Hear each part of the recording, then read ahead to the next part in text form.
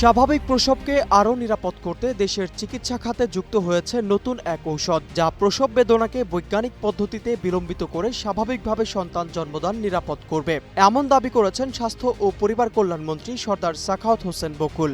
নরসিংদীর বেলাবতে family card বিতরণ অনুষ্ঠানে মন্ত্রী জানান, এই বিশেষ চিকিৎসা সেবা প্রান্তিক মানুষের দোরগোড়ায় পৌঁছে দিতে সরকার ধাপে ধাপে 1 লাখ নতুন স্বাস্থ্যকর্মী নিয়োগ করতে যাচ্ছে।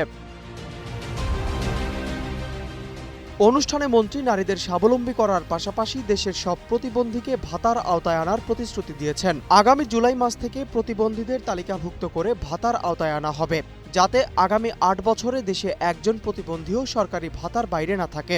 দেশের প্রতিটি নাগরিকদের জন্য স্বাস্থ্যসেবা নিশ্চিতের অঙ্গীকার করেছেন তিনি।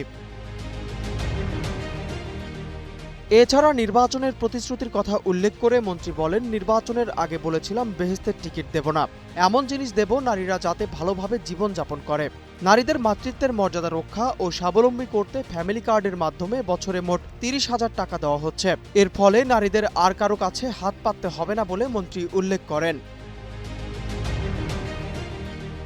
দেশে অস্ত্রোপচারের মাধ্যমে সন্তান প্রসবের প্রবণতা যখন আশঙ্কাজনক হারে বাড়ছে, তখন লেবার পেইন বিলম্বিত করার এই নতুন ঔষধ স্বাভাবিক প্রসবের ক্ষেত্রে এক বৈপ্লবিক পরিবর্তন আনবে বলে আশা করা হচ্ছে।